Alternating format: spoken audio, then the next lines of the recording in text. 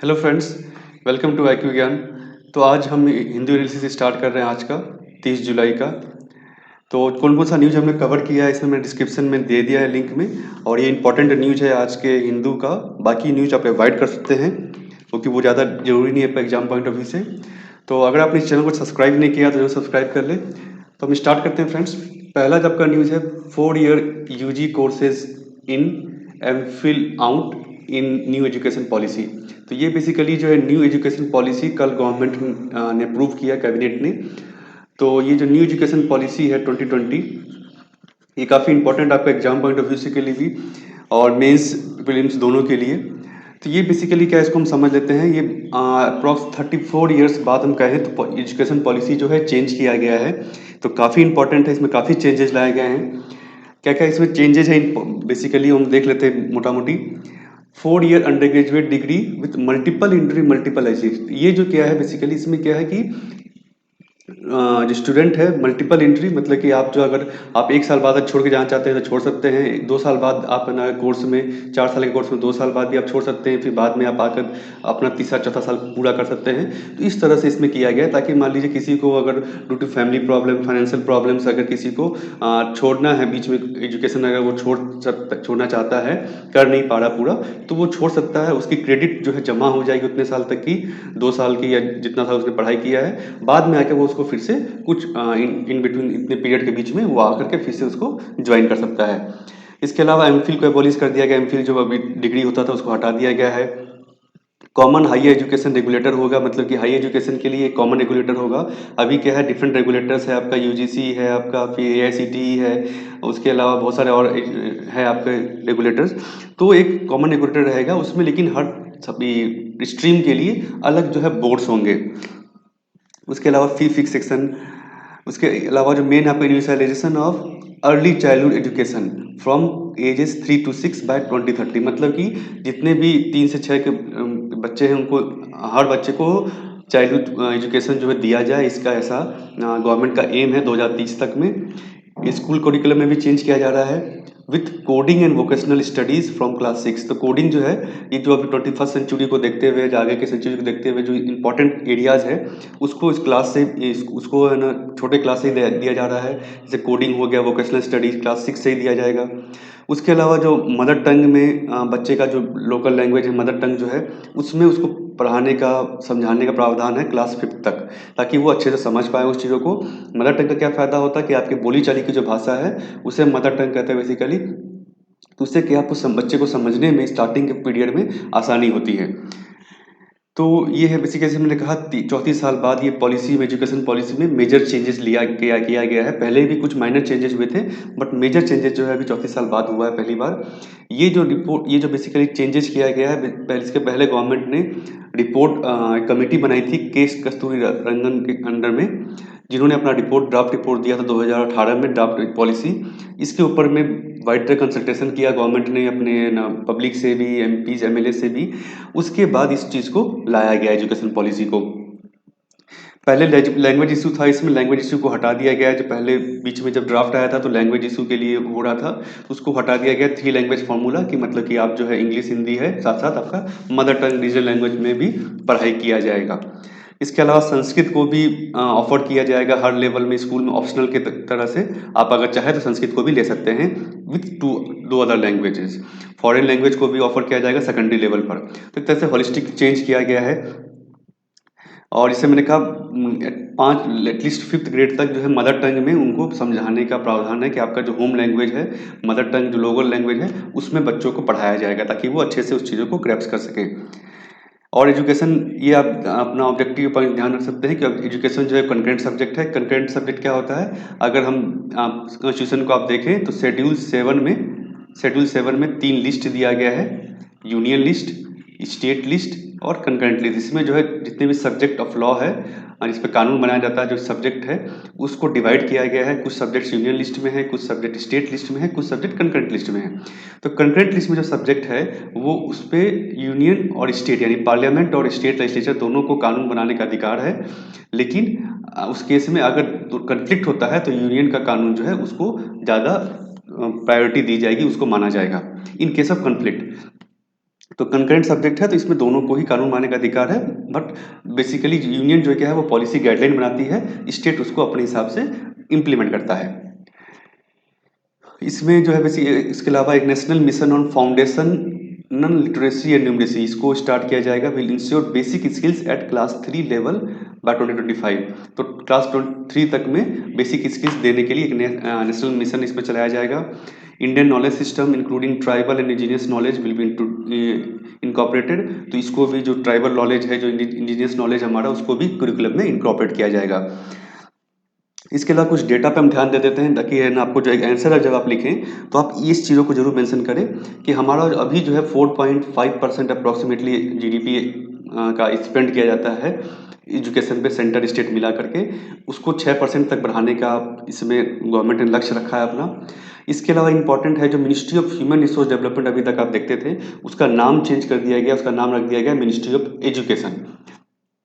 इसके अलावा separate technology unit to develop digital educational resources, तो इसी के अंदर अलग टेक्नोलॉजी यूनिट खड़ा किया जाएगा, जिसमें जो डिजिटल एजुकेशन जो अभी हम स्पेशली कोविड के समय हम देख रहे हैं, लॉकडाउन के समय में, कि जो ऑनलाइन एजुकेशन होता है, ऑनलाइन कोर्सेज होता है, तो उस पर फोकस किया जाएगा इसमें।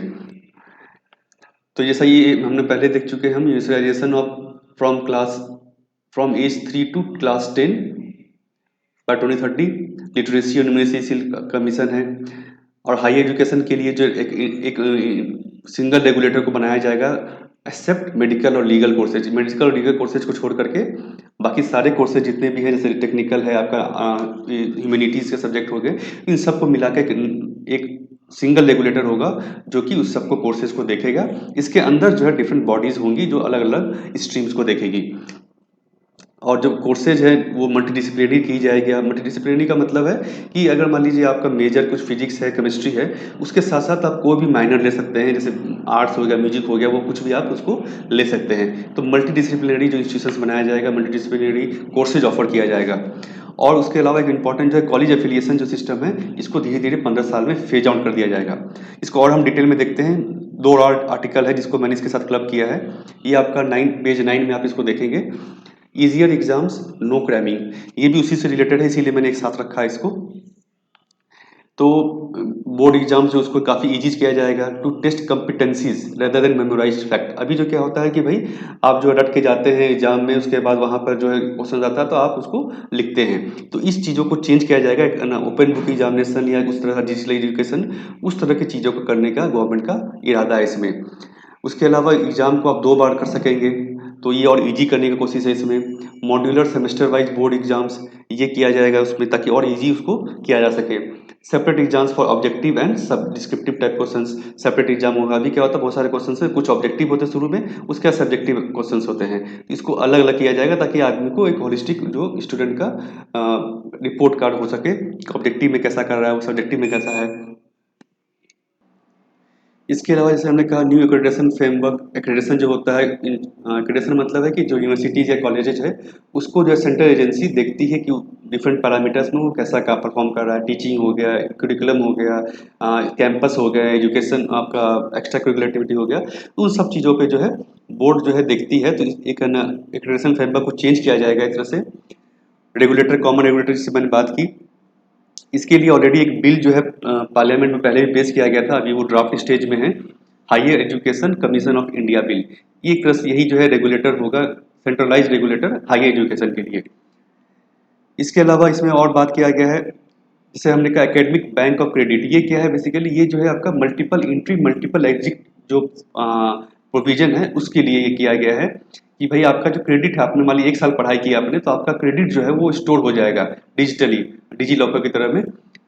उसमें जब क्रेडिट आपका स्टोर हो जाएगा, मान लीजिए आपको 1 साल बाद पढ़ाई आपको किसी कारण से छोड़नी पड़ी, तो आप उसके बाद कुछ सालों के बीच में अगर आप फिर से वापस पढ़ाई पूरी करना चाहते हैं, तो आपको जब पूरा रिपीट नहीं करना पड़ेगा, आप जो है सेकेंड ईयर से स्टार्ट कर सकते हैं। आपका जो क्रेडिट है वो स्टोर रहेगा, उस बेसिस पर आपको एडमिशन या आपका जो असेसमेंट होगा। कॉलेज एफिलिएशन जो है उसको जैसे हमने कहा 15 साल में हटा दिया जाएगा। इसके बाद क्या होगा, so that every colleges develops into either autonomous degree current institution, या तो ऑटोनॉमस इंस्टीट्यूशन हो जाएगा या फिर constituent college of A university. तो ये चीज़ इसमें की जाएगी। उसके अलावा जो फोकस है आपका टेक्नोलॉजी पे है, इसके लिए अलग एक आर्टिकल है, हम देखते हैं इसको। तो टीचर्स एजुकेशन इसमें किया गया है कि minimum by 2030 minimum degree qualification for teaching will be 4 year integrated BEd degree. तो 2030 तक टीचर एजुकेशन पर भी फोकस किया जाएगा। टीचर को भी मिनिमम जो मेंटर्स हैं उनको मिनिमम एक BEd degree 4 year BEd degree जरूरी होगी पढ़ाने के लिए। Technology education autonomous body the national education technology forum इसको क्रिएट किया जाएगा ताकि वो टेक्नोलॉजी जो है उसमें एजुकेशन में लाया जा सके, ऑनलाइन कोर्सेज तैयार किया जा सके। Dedicated unit for purpose of creating digital infrastructure, digital content and capacity building will be setup in ministry. ये मिनिस्ट्री में सेटअप किया जाएगा एक तरह से। Integration of technology will will done to improve the classroom processes. तो अभी भी आप देखें क्लासरूम में धीरे धीरे क्या हो रहा है, आपका डिजिटल बोर्ड आ गए हैं, डिजिटल पढ़ाइयाँ हो रही है, मतलब कि कहीं दूर से जो टीचर एक टीचर जो है डिफरेंट क्लासरूम्स को मल्टीपल स्कूल्स में पढ़ा रहे हैं। उसके बाद इंटरेक्टिव सेशंस होता है, इसमें आप जो ना पिक्चर देख सकते हैं, 3D देख सकते हैं। तो ये चीज़ें ऑलरेडी जो स्कूल में बहुत सारे स्कूल्स में आ रही है। तो इसको एक रेगुलेटरी फ्रेमवर्क देने के लिए ये टेक्नोलॉजी को भी फोकस में रखा गया है गवर्नमेंट ने इसमें। उसके अलावा फाइनेंशियल सपोर्ट की बात करें हम, तो जो अभी भी फाइनेंशियल सपोर्ट दिया जा रहा है उसको और इंसेंटिव दिया जाएगा। Private institutions will be encourage to offer scholarship to their students. तो ये भी प्राइवेट इंस्टीट्यूशन जो है, बहुत सारे कॉलेजेस जो हैं उनको कहा जाए कि आप भी जो स्कॉलरशिप दीजिए जो अपने अच्छे स्टूडेंट्स हैं उनको। प्रोफेशनल एजुकेशन के लिए stand alone technical universities, health science universities, legal and agriculture universities will aim at becoming multidisciplinary institutions. अभी जो क्या है कि जो सिंगल इंस्टीट्यूशन है, जैसे कि मान लीजिए लीगल इंस्टीट्यूशन जहाँ पे लीगल की पढ़ाई हो रही है, लेकिन अगर आपको लीगल के साथ साथ कुछ मान लीजिए म्यूजिक में, आर्ट्स में इंटरेस्ट है तो उसको भी आप ले सकते हैं। ऐसा इसमें प्रावधान किया जाएगा मल्टीडिसिप्लिनरी करने का। तो इससे क्या होगा कि आप एक साथ जो है डिफरेंट आपका जो डिग्री है वो आप ले सकेंगे, कोर्स डिप्लोमा ले सकेंगे आप मेजर माइनर में। इसके अलावा इसमें और एक जो टेक्नोलॉजी पे फोकस किया, जैसे हमने बताया डिजिटल टेक्नोलॉजी फोरम जो है, teachers will be given training in online education method. Teachers को भी ट्रेन किया जाएगा भी कैसे आप कर सकते हैं।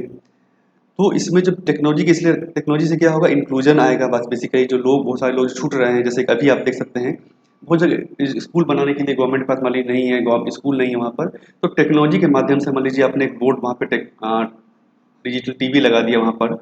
वहाँ पे जो है एक दूर कॉलेज से डिफरेंट डिस्टेंस जगह से एक टीचर जो है वहाँ पे पढ़ा सकते हैं बच्चों को। तो ये क्या होगा भाई, टेक्नोलॉजी के माध्यम से पॉसिबल है। तो इससे जो इंक्लूजन आएगा, जहाँ पे स्कूल्स नहीं है जो एरिया में, वहाँ पर आप छोटा सा एक एलईडी स्क्रीन टीवी लगा करके आप बच्चों को वहाँ पर पढ़ा सकते हैं। उसके लिए आपको बिल्डिंग बनाने की ज़रूरत नहीं है, क्लासरूम बनाने की ज़रूरत नहीं है। उसके अलावा जो पॉलिसी का क्या मेन एम है कि इनरोलमेंट रेशियो, जो ग्रॉस इनरोलमेंट रेशियो, इसको बढ़ाने का, डबल करने का।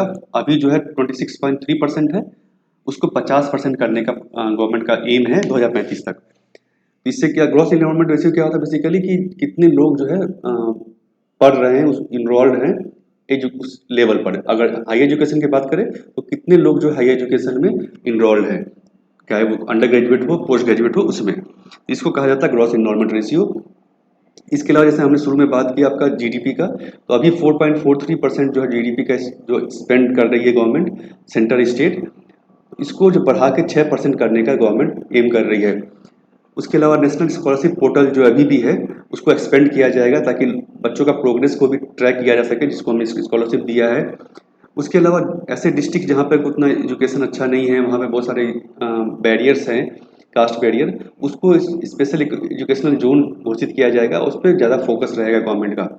इसके अलावा जेंडर इंक्लूजन का भी इसमें प्रावधान किया गया है, प्रोविजन किया गया है। जेंडर इंक्लूजन का मतलब है कि जो गर्ल्स एजुकेशन जो है उसको और ट्रांसजेंडर एजुकेशन को इसमें फोकस में रखा गया है कि फंड बनाया जाएगा जिससे जो equitable quality education to all girls and transgender students. तो गर्ल्स जो बहुत सारे देखते हैं, स्पेशली जो रूरल एरिया में आप देखेंगे तो गर्ल्स एजुकेशन बहुत कम है, गर्ल्स इनरोलमेंट रेशियो बहुत कम है, लिटरेसी रेट कम वहाँ पे है। तो उसको बढ़ाने के लिए एक अलग से फंड क्रिएट किया जाएगा जिसको कि यूज किया जाएगा इक्विटी के लिए, गर्ल्स एजुकेशन के लिए। इसके अलावा कुछ और जो चीज़ें इसमें नहीं बताई गई हैं वो मैं इसमें बता दूं। एकेडमिक बैंक ऑफ क्रेडिट जिसे हमने अभी ऑलरेडी देखा कि उसमें जो आपका क्या है, डिजिटली इसको store and academic credit earn from various recognise higher education institutions.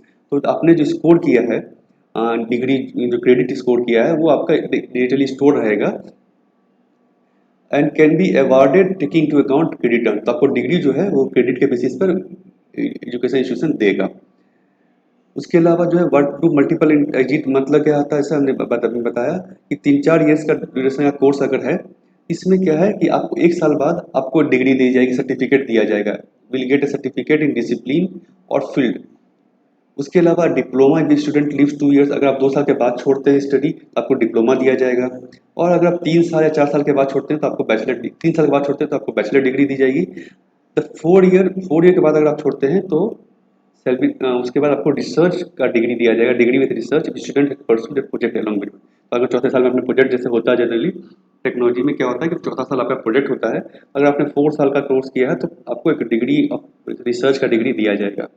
तो ये डिफरेंट डिफरेंट मतलब अगर आप 1 साल बाद छोड़ते हैं तो आपको सर्टिफिकेट दे दिया, 2 साल बाद आप छोड़ते हैं तो आपको डिप्लोमा का डिग्री दिया जाएगा, 3 साल बाद अगर आप छोड़ते हैं तो आपको एक बैचलर्स की डिग्री दी जाएगी, 4 साल बाद छोड़ते हैं तो आपको डिग्री विद रिसर्च दिया जाएगा अगर आप प्रोजेक्ट भी करते हैं तो। तो ये इसमें क्या है कि आप किसी भी साल में अगर आपको फैमिली प्रॉब्लम है, कुछ आपको आपका पर्सनल प्रॉब्लम है, आप पढ़ाई पूरी नहीं कर सकते तो आप छोड़ सकते हैं पढ़ाई को और बाद में आके आप ज्वाइन कर सकते हैं। वो ज्वाइन कैसे करेंगे, वो इस बेसिस पे आप ज्वाइन करेंगे। बैंक का क्रेडिट जो आपका रखा हुआ है 1 साल के बाद 2 साल के बाद, वो जो क्रेडिट है उसको आप यूज करके फिर 3rd ईयर में आप डायरेक्टली ज्वाइन कर सकते हैं। उसके अलावा institutions to be divide in further categories, इसमें इंस्टीट्यूशन जो उसको फर्दर कैटेगरी में डिवाइड किया जाएगा। रिसर्च इंटेंसिव इंस्टीट्यूशन हो गया जो कि ज़्यादा इम्फेसिस है, जो institution greater emphasis on teaching but still conduct significant research, that is teaching intensive intensity. Autonomous degree granting colleges जो है उनको जो है लार्ज मल्टीडिसिप्लिनरी बनाया जाएगा। दैट मल्टीडिसिप्लिनरी मतलब कि उनको जो है अंडर ग्रेजुएट भी बताएंगे, डिग्री कोर्स भी देंगे और साथ साथ अलग अलग जो कोर्सेज है वो भी ऑफर किया जाएगा वहाँ पर। इसके अलावा फॉरेन यूनिवर्सिटीज़ को सेटअप करने के लिए जो फैसिलिटेट किया जाएगा। Music arts and literature to be taught in all colleges, सारे कॉलेज में इसको पढ़ाया जाएगा मल्टीडिसिप्लिनरी के केसेस में। All institutions to be research institutions. By 2040, all higher educational institutions shall aim to become multidisciplinary institutions. जैसे हमने देखा, each of whom will aim to have 3,000 or more students. तो ये है बेसिकली कि उनको रिसर्च में फोकस किया जाएगा। ग्रॉस इनरोलमेंट रेशियो क्या है हमने बताया, total number of students enrolled in given level of education regardless of age. तो एक लेवल मतलब कि यहाँ पे अगर हम हाई एजुकेशन की बात करें तो हाई एजुकेशन लेवल में कितने लोग स्टूडेंट जो है इनरोल किए हुए हैं, पढ़ाई कर रहे हैं, वो जो है as a percentage of population उसको हम करते हैं ग्रॉस इनरोलमेंट रेशियो, जिसका कि गवर्नमेंट चाह रही है कि 50% किया जाए। ठीक है। इसके अलावा जो आपका है जैसे कि एक और इम्पोर्टेंट जो पॉइंट था आपका कि अभी जो 10+2 सिस्टम है इसको डिवाइड किया जाएगा 5+3+3+4 फॉर्मेट में। अब ये क्या फॉर्मेट है भाई कि उसमें जो है बेसिकली पहला 5 साल फर्स्ट 5 ईयर्स यानी कि ये जो फर्स्ट 5 ईयर्स है ये कंप्राइज होगा फाउंडेशन स्टेज। फाउंडेशन स्टेज मतलब प्री स्कूलिंग और including 3 years of pre primary schools and class 1 and 2। तो क्लास 1 2 साल हो गया आपका। उसके अलावा प्री प्राइमरी जो अभी आप देखते हैं किंडरगार्टन वो जो होता है उसको रखा गया पहले 5 साल में। इसमें जो 3 साल जो है आपका प्री प्राइमरी वो आंगनवाड़ी में भी हो सकता है या प्री स्कूलिंग आप कहीं और से करते हैं तो ये 5 साल हो गया। उसके अलावा next 3 years will be divided into preparatory stage from class 3 to 5। तो ये जब दूसरा 3 है ये क्या है आपका क्लास 3 to 5, ये आपका हो गया नेक्स्ट 3 ईयर्स। उसके अलावा जो बाकी 3 साल है वो 6 से 8 क्लास वाला हो गया और 4 साल का सेकेंडरी स्टेज आपका हो गया। सेकेंडरी स्टेज 9 से 12 तक का। तो ये इसको डिवाइड किया गया है बेसिकली 10+2 को फॉर्मेट को इसमें बाइफरकेट कर दिया गया है ताकि और जो है वो सिंप्लीफाई हो सके। तो अब हम नेक्स्ट आर्टिकल की तरफ मूव करते हैं। ये बेसिकली जो लॉकडाउन जो था आपका अनलॉक 2 चल रहा था, अनलॉक 3 गवर्नमेंट ने स्टार्ट किया है अगस्त से। तो ये मैंने बेसिकली रखा ताकि आपको नॉलेज में आ जाए कि अगस्त से क्या है। इसमें जिम्नेजियम और योगा जो है इसको ओपन किया जाएगा, ओपन करने का परमिशन गवर्नमेंट दिया है। नाइट कर्फ्यू जो था अभी तक की रात में कर्फ्यू लगाया जाए उसको हटा दिया गया है। उसके अलावा स्विमिंग पूल इंटरटेनमेंट पार्क जो है वो बंद रहेंगे आपका। रिलीजियस गैदरिंग बंद रहेगा, स्कूल्स बंद रहेंगे, मेट्रो सिनेमा हॉल बंद रहेगा। ये सब चीज़ें बंद रहेगी। तो अगर आप इसको ध्यान में रख लें कि आगे 1 महीना के लिए क्या क्या क्या नहीं बंद है क्या खुला है। ठीक है। इसके अलावा हम आगे बढ़ते हैं। ये नेक्स्ट आपका फ्रंट पेज का आर्टिकल है सीरो सर्वे को लेकर के। इस सीरो सर्वे जो मुंबई में भी किया गया महाराष्ट्र में, उसमें पाया गया 57% of people in Mumbai slums have antibody, में ऑलरेडी वो इन्फेक्टेड हो चुके थे और ठीक भी हो गए। तो सीरो सर्वे क्या है बेसिकली, ये आपको जानने की जरूरत है। ये मैंने कल के एडिटोरियल एनालिसिस में कवर किया है, तो आप कल क्या देख सकते हैं, उसमें डिटेल में मैंने कवर किया है कि सीरो सर्वे क्या है। उसके अलावा जो एंटीबॉडीज होती हैं आईजीजी, जिसको चेक किया जाता है, वो क्या है। उसके अलावा एलिसा टेस्ट क्या है, उसको भी हमने कवर किया, तो उसको आप जरूर देख सकते हैं कल का एनालिसिस। नेक्स्ट आपका एडिटोरियल है कोविड-19 and club country club India must leave. तो ये बेसिकली जो है इसमें पब्लिक हेल्थ इंस्टीट्यूशंस को यूनिवर्सल हेल्थ कवरेज को लेकर फोकस किया है राइटर ने। इसमें बेसिकली कंट्री क्लब का जो मतलब यहाँ पे कहा गया है, कंट्री क्लब ये बताया गया कि इंडिया, यूएस और चाइना, ब्राजील, ये तीनों देश में अभी सबसे ज़्यादा केसेज हैं, सबसे ज़्यादा मोर्टेलिटी है, सबसे ज़्यादा केसेज हैं। तो इस क्लब को, इस कह रहे राइटर कि इसको हम लोग छोड़ देना चाहिए। छोड़ना मतलब इसका मतलब यही है कि हेल्थ तीनों में क्या कॉमन बताया इन्होंने कि what this three countries share is toxic level of historic inequalities. तो हर इन तीन कंट्रीज में इनइक्वालिटीज रही है पुराने समय से हिस्ट्री में। जैसे हमारे यहाँ कास्ट सोसाइटी था, दलित सोसाइटी था, आपका कास्ट बेसिस था, आपका रिच पुअर का है। उसी तरह बाकी यूएस में और ब्राजील में भी स्टेटिफिकेशन है, सोसाइटी में बहुत ही इनइक्वालिटीज रही है पुराने समय से। तो इस कारण से जो यूनिवर्सल हेल्थ कवरेज जो है वो इन तीनों कंट्रीज में नहीं है अभी भी स्टेब्लिश्ड। यूनिवर्सल हेल्थ कवरेज का यहाँ पे उन्होंने बताया कि यूनिवर्सल हेल्थ कवरेज मतलब क्या है कि only A system which all people, rich और पुअर, चाहे वो अमीर हो चाहे गरीब हो, चाहे वो पावर में हो या पावरलेस हो, can rely on a given care with same quality. तो उनको सभी को सेम क्वालिटी ऑफ केयर मिले, मतलब हेल्थ केयर मिले। ये इसको हम कहते हैं universal health coverage true sense में अगर कहा जाए तो। तो यहाँ पे जो बेसिकली फोकस इन्होंने किया है रिच एंड पुअर, मतलब कि जो हमारे यहाँ या फिर जो बाकी कंट्रीज में जो स्ट्रेटिफिकेशन है, जो इनइक्वालिटीज है कि रिच को अच्छा हेल्थ केयर मिलता है, उनको प्राइवेट इंश्योरेंस मिलता है, अच्छा पैसा उनके पास, तो अच्छा हेल्थ केयर वो ले सकते हैं। पुअर के पास सिर्फ गवर्नमेंट ऑप्शन है जहाँ पे उतना अच्छा केयर नहीं मिल रहा है। तो इस चीज़ों को इन्होंने बोला कि ये यूनिवर्सल हेल्थ कवरेज नहीं है। हेल्थ कवरेज मतलब सभी को सेम क्वालिटी ऑफ केयर मिले। Such a universal health coverage system does not exist in India. India में नहीं है, ना ही यूएस और ब्राजील में है। Where more than half of the population concentrated in the upper middle group जिसके पास इनकम है, seek health care in fee for service private sector, वो प्राइवेट सेक्टर में लेते हैं। और बाकी को जो है गवर्नमेंट सेक्टर पे या जो एनजीओ उसमें जो फ्री सेक्टर है उसमें उनको डिपेंड होना पड़ता है, पुअर सेक्टर कैटेगरी जो है। इंडिया में अगर बात करें तो प्राइवेट सेक्टर इंडिया में 80% आउट पेशेंट डिपार्टमेंट को देखता है, 60% इन पेशेंट केयर को देखता है। तो काफ़ी बड़ा जो है हेल्थ केयर डिपेंडेंट है वो प्राइवेट सेक्टर पर डिपेंडेंट है इंडिया में, जिसके कारण इक्वलिटी नहीं है। Where is universal health coverage recognise by many countries as strategy to empower people. तो ये एक स्ट्रेटेजी भी है कि लोग जो गरीब तबके हैं उनको इम्पावर करने का एक स्ट्रेटेजी है अगर हम यूनिवर्सल हेल्थ कवरेज देते हैं तो। टू लिफ्ट देमसेल्फ, क्यों ऐसा क्यों है, क्योंकि अगर आप देखें आपने बहुत सारा आर्टिकल पढ़ा होगा तो जो हेल्थ है, हेल्थ केयर पे बहुत सारे लोगों का बहुत पैसा खर्च होता है। अगर वो पुअर लोगों का हम बात करें, जो गरीब लोग हैं, तो उनका बहुत सारा जो स्पेंडिंग है, जो खर्च है, वो स्पेशली इस हेल्थ केयर पे चला जाता है, दवाई दारू पे चला जाता है, इलाज कराने में चला जाता है। तो अगर यूनिवर्सल हेल्थ कवरेज हो, सबके लिए फ्री यूनिवर्सल हेल्थ कवरेज हो, तो ये जो पैसा है वो उनका बच जाएगा और गरीबी में वो जाने से बच जाएंगे। बहुत सारे लोग आप देखते होंगे इलाज कराते कराते ही गरीब हो गए, क्योंकि इलाज में उनका काफ़ी पैसा लग गया अगर क्रिटिकल डिजीज हो जाता है तो health care in India has become a leading cause of poverty. इसीलिए इंडिया में जो बहुत बड़ा कारण भी है एक पॉवर्टी का, एक ठीक ठाक इंसान मिडिल क्लास जो है बहुत बार जो है इलाज कराने के चक्कर में उनका जो है बहुत सारा पैसा चला जाता है और वो गरीबी में रेखा में चले जाते हैं। होस्ट ऑफ अलग challenges to realize universal health coverage from standards of our infrastructure। Standard जो नहीं है, तो क्या क्या हमें जो यूनिवर्सल हेल्थ कवरेज के लिए और क्या क्या चाहिए भाई, तो स्टैंडर्ड जो है वो सबके बराबर होना चाहिए।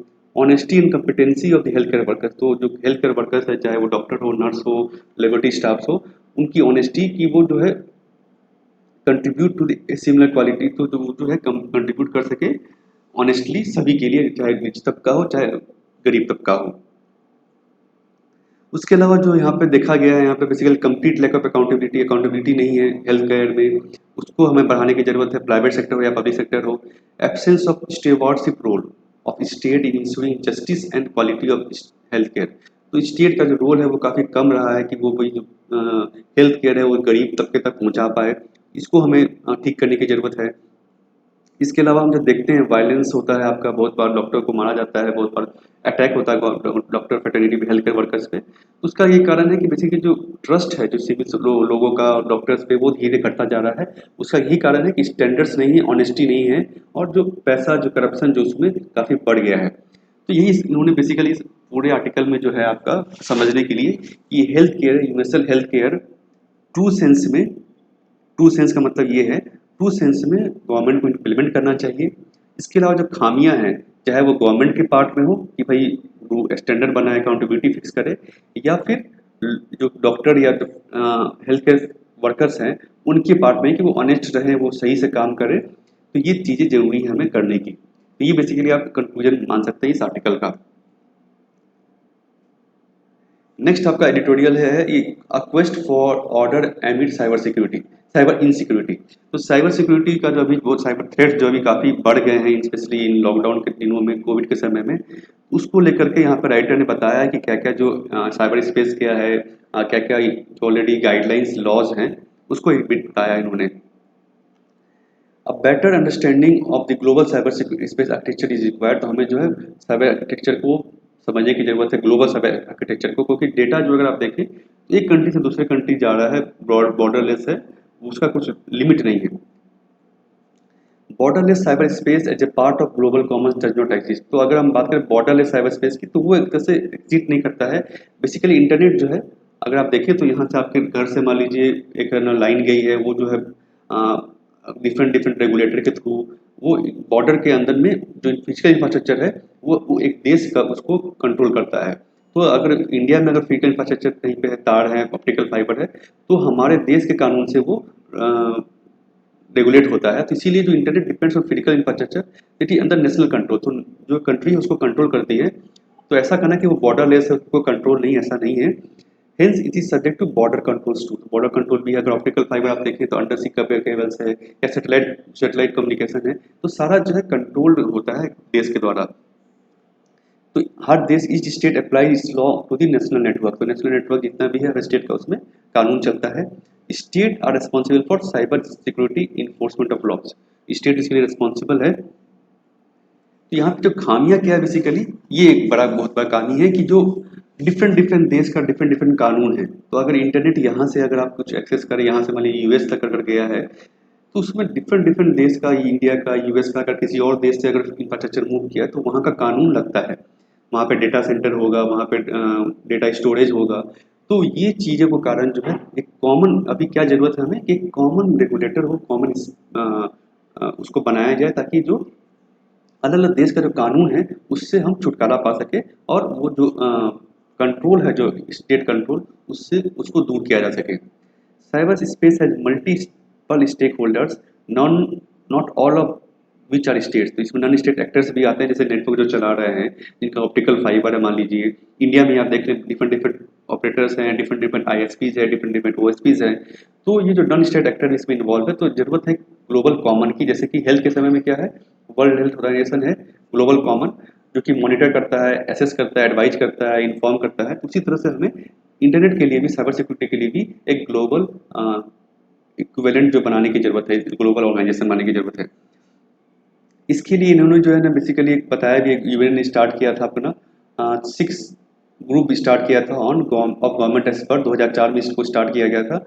उसके अलावा open ended working group last year start हुआ है, जो कि है ना देखने के लिए इशू जो है साइबर सिक्योरिटी को लेकर के, इशू जैसे कि इंटरनेट गवर्नेंस हो गया आपका, कैसे उसको गवर्न किया जाए, डेवलपमेंट, स्पिनेज जो होता है बहुत बार हैकिंग होता है, डिजिटल प्राइवेसी भी काफ़ी इंपॉर्टेंट, आपका डेटा है वो सिक्योर है कि नहीं है। तो ये सारी चीज़ों को देखने के लिए डिफरेंट डिफरेंट जो इश्यूज हैं, इसको अभी एड्रेस नहीं किया गया है, इसको हमें एड्रेस करने की ज़रूरत है। तो इसके लिए जो है बेसिकली और इंगेजमेंट करने की, इंगेजमेंट मतलब कि बहुत और जो कंट्रीज़ को, डिफरेंट कंट्रीज हैं उनको और डायलॉग करने की ज़रूरत है, अपने बात करने की ज़रूरत है, ताकि इसका सॉल्यूशन हो सके। जैसे कि इंडिया साइबर साइबर फुटप्रिंट हमारा एक्सपेंड कर रहा है, धीरे धीरे हम 5G की तरफ भी जा रहे हैं। तो इसके कारण जो कन्फ्लिक्ट है आपका, वेरी एक्टिव नोड एजेंसी हमारा है साइबर सिक्योरिटी में, ये इसके बारे में बात किया 13 को। उसके अलावा इंडिया जो है, ये जो 6 हमने बात किया था group of common expert India, इसमें से 5 में इंडिया जो पार्टी रहा है। संघाई कोऑपरेशन ऑर्गेनाइजेशन को हम इसको हम यूज़ कर सकते हैं, इसमें भी wide support for code of conduct. तो ये सब चीज़ें जो है इंडिया को और करने की ज़रूरत है, इंगेजमेंट करने की ज़रूरत है, डिफरेंट डिफरेंट फोरम्स पे बात करने की ज़रूरत है, ताकि जो साइबर सिक्योरिटी फ्रेमवर्क है, जो साइबर फ्रॉड है, उसको कम किया जा सके। Required better arrangement and more intense partnership with safeguard. इसमें बुदापेस्ट कन्वेंशन का बात किया गया, ये जो है बेसिकली यूरोप के द्वारा स्टार्ट किया गया था, इसके बारे में हम डिस्कस करेंगे।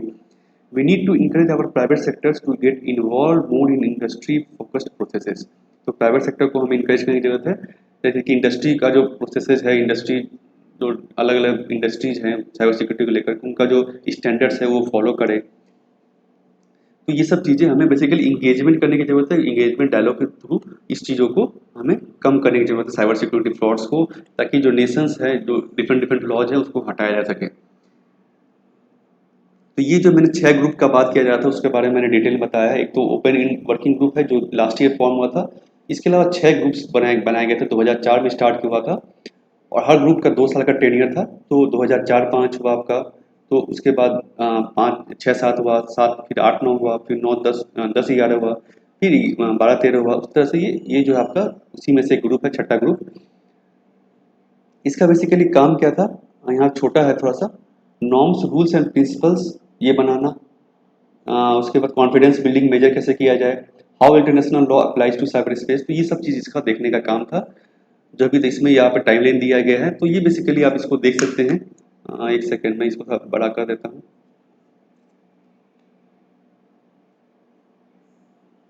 थोड़ा कम है यहाँ पे।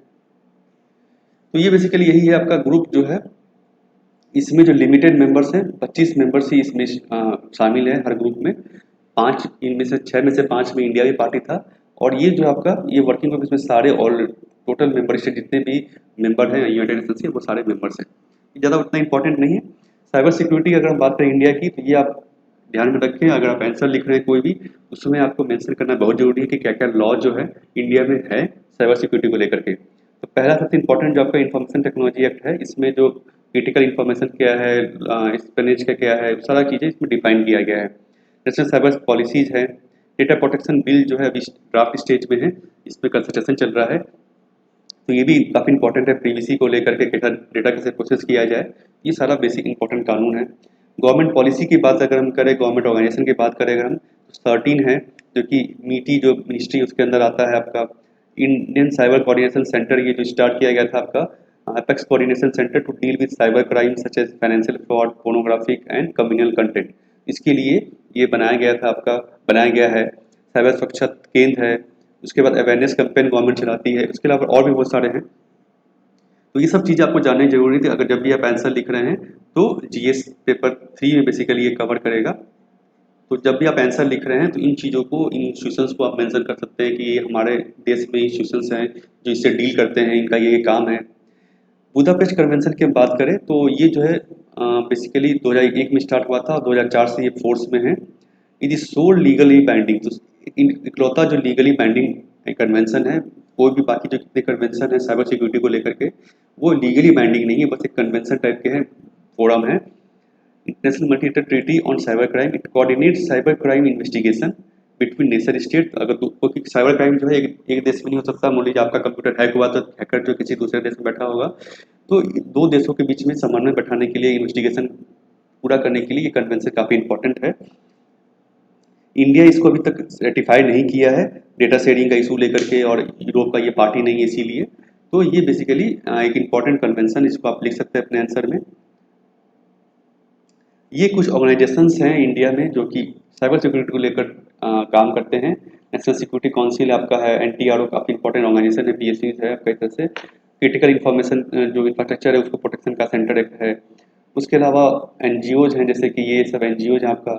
मेन जो ऑर्गेनाइजेशन आपका मीटी जो है, उसमें डीटी जो है ये काम करता है। 13 हो गया आपका। बाकी मिलिट्री का अपना अलग इंटेलिजेंस है आपका, अलग साइबर सिक्योरिटी सेल है। इसके अलावा और भी जो आपका है, आईबी है, डिफेंस इंटेलिजेंस आपका, जैसे मैंने कहा।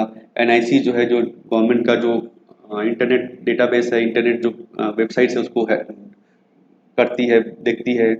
सीडैक है, जो इक्विपमेंट बनाता है बेसिकली। तो ये सब चीज़ें आप जो है इसमें अपने आंसर्स में लिख सकते हैं। मल्टी एजेंसीज इन्वॉल्व है, कोऑर्डिनेशन की हमें ज़रूरत है, मल्टीपल एजेंसी के बीच में एक सिंगल पॉलिसी की ज़रूरत है जो कि इसमें कोऑर्डिनेशन कर सके। तो ये सब आप लिख सकते हैं अपने आंसर्स में। दूसरा जो आपका एडिटोरियल है शेपिंग द डिजिटल वर्ल्ड, ये भी जो है इसी को लेकर के बेसिस है, साइबर सिक्योरिटी को लेकर के।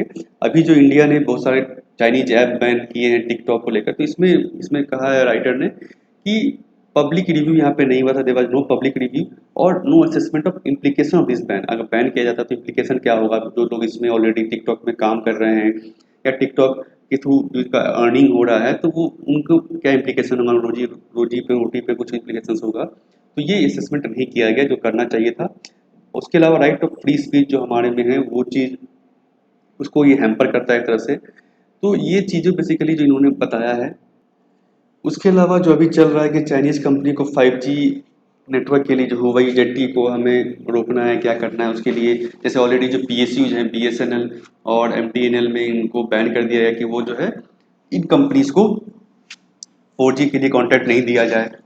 तो ये सब चीज़ें जो है इसके लिए बेसिकली यहाँ पे राइटर ने बताया कि ये जो फॉरेन पॉलिसी को इफेक्ट कर रहा है हमारा। तो ये जो रिएक्टिव एडहॉक जो हमारा टेक स्क्वैबल्स मतलब लड़ाई है टेक की वाली, ये चीज़ सही नहीं है। हमें एक रोबस्ट फॉरेन पॉलिसी की ज़रूरत है जो कि इसको टेक्निकल कंपोनेंट को भी देखे। requires India to engage more confidently in global technology governance debates। Global debate जैसे यूएन का डिबेट है आपका, उसमें हमें मोर कॉन्फिडेंट हमें इंगेज होने की जरूरत है। And safe incumbent rules and norms, तो अभी जो रूल्स नॉर्म्स है उसको उस हिसाब से मॉडिफाई करने की जरूरत है ताकि जो है हमारा साइबर सिक्योरिटी या किसी देश का साइबर सिक्योरिटी जो है वो हैम्पर ना हो, उसको जो हम बचा सके। इशू जैसे ये इशू है अभी कि AI जो हम आने वाला है, तो इसमें साइबर सिक्योरिटी जो आपका है। उसके अलावा on drafting interaction hinge on drafting rules and norms that provide clarity and subversive behaviour. तो सबसर्विव बिहेवियर जैसे अभी जो इंडिया ने तुरंत बैन कर दिया है, यूके ने अभी चाइनीज कंपनी को बैन कर दिया 5G के लिए, USA ने अभी बैन कर रही है हुवाई जेटी को।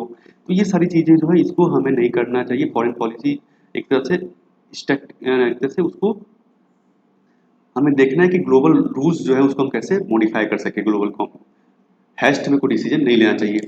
Future rest on deploying technologies and having robust rules, robust rule की जरूरत है that accelerate the empowerment of इस फास्ट डेमोग्राफिक। हमारा डेमोग्राफिक था इतना अच्छा, उसको हम कैसे यूज कर सके, इसके लिए जरूरत है कि रोबस्ट रूल हो ग्लोबली और nationally by deterring the use of such technology against strategic objectives. तो ये बेसिकली कहा गया है यहाँ पर global governance is imperative for restraining if not halting disruptive effect of cyber safe. तो ग्लोबल गवर्नेंस जैसे हमने पिछले आर्टिकल में देखा था, ये बहुत जरूरी है कि ग्लोबल नॉर्म्स हो ताकि जो डिसरप्टिव इफेक्ट जो है साइबर स्पेस का कि जो कोई मिसयूज कर रहा है उसको रोका जा सके। इंडिया जो है ऐसा हमने भी देखा 5 में से 5 ग्रुप में मेंबर है। उसके अलावा इसके अलावा इंडिया को जरूरत है कि वो डिप्लोमेटिकली रूल्स को बना सके। Apart from protective security interest through these debates, इस डिबेट्स के through India must function as a rule shaper to preserve civil political and economic rights of citizen. तो रूल जो है हमें सेव करना चाहिए, इस रूल को हम फॉलो करेंगे। ऐसा नहीं कि हैस्ट में जल्दीबाजी में और डोमेस्टिक सिचुएशन देखते हुए अगर हम इस चीज़ों को बैन कर दें, ऐप को कभी बैन कर दें बिना पब्लिक रिव्यू के, ये चीज़ गलत है।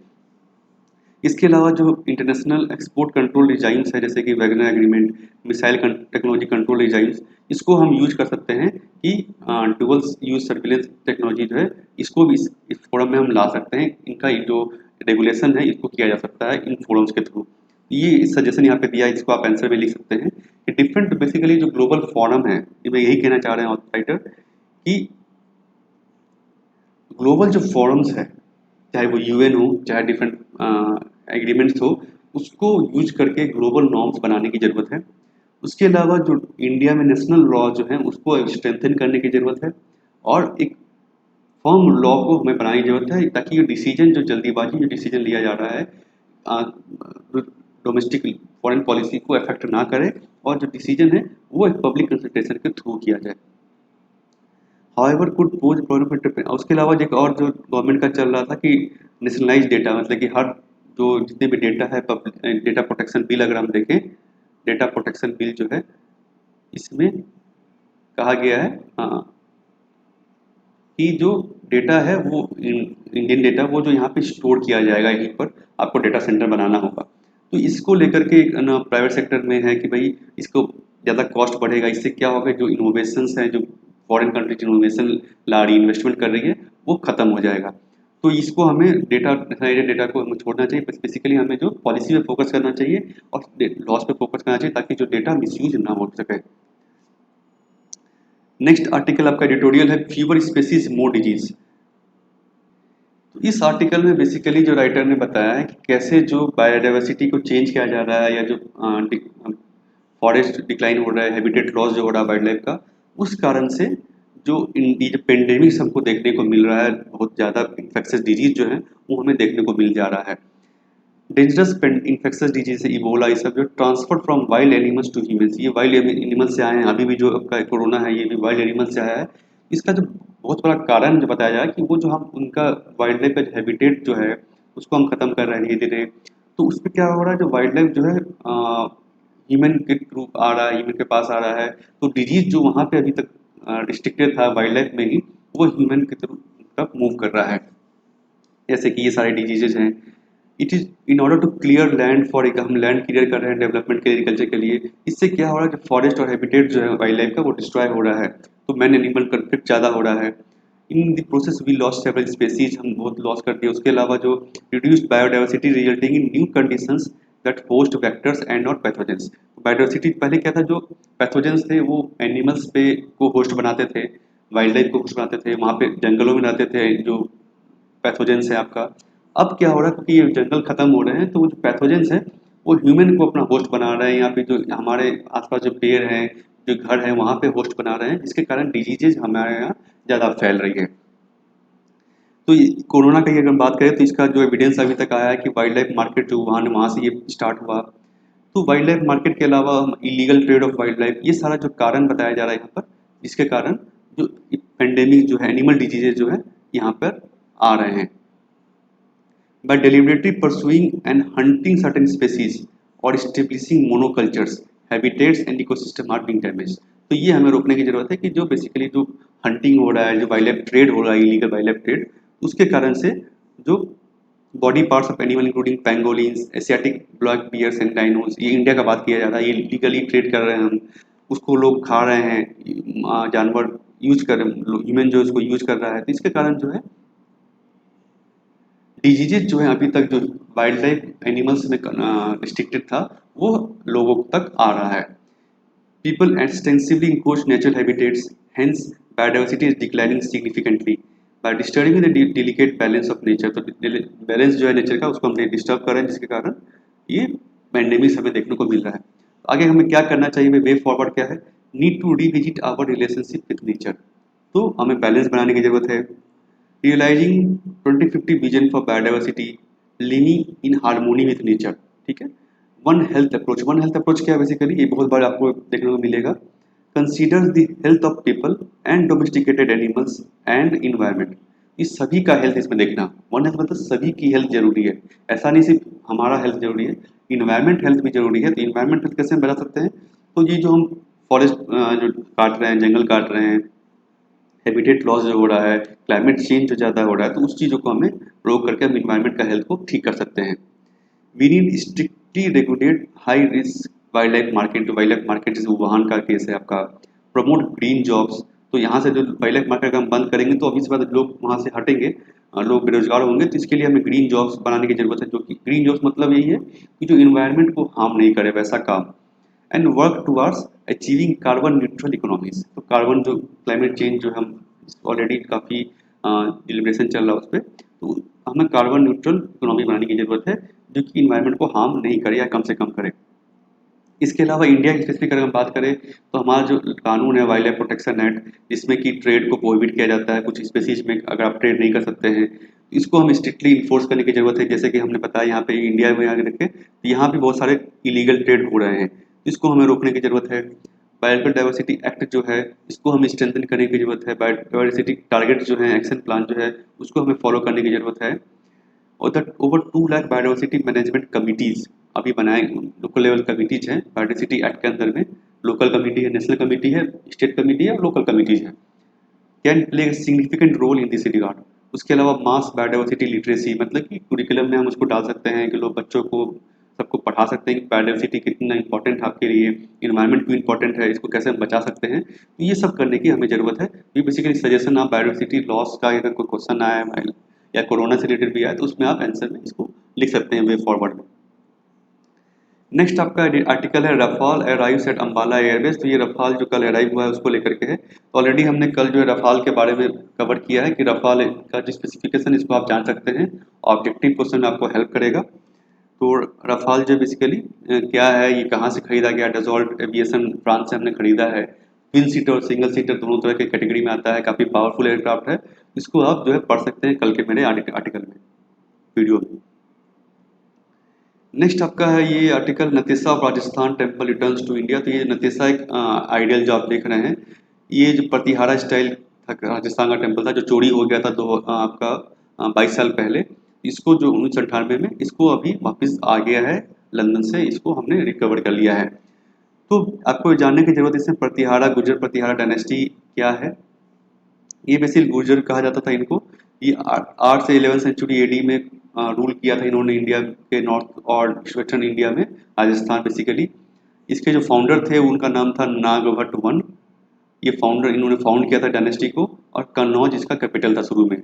उसके अलावा जो इंपॉर्टेंट रूलर थे नागभट्ट टू, ये इन्होंने सोमनाथ टेम्पल जो पहले डिस्ट्रॉय कर दिया गया था जुनैद आर्मी अरब्स ने 725 एडी में, इसको इन्होंने फिर से रिबिल्ड किया। तो ये बेसिकली आपका ऑब्जेक्टिव में बहुत बार आता है रिलेटेड टू न्यूज में, जो डायनेस्टी आई है तो हिस्ट्री में उसको आप इसको ध्यान रख सकते हैं गुर्जर प्रतिहारा क्या है, और इसके बारे में आप हिस्ट्री में पढ़ सकते हैं।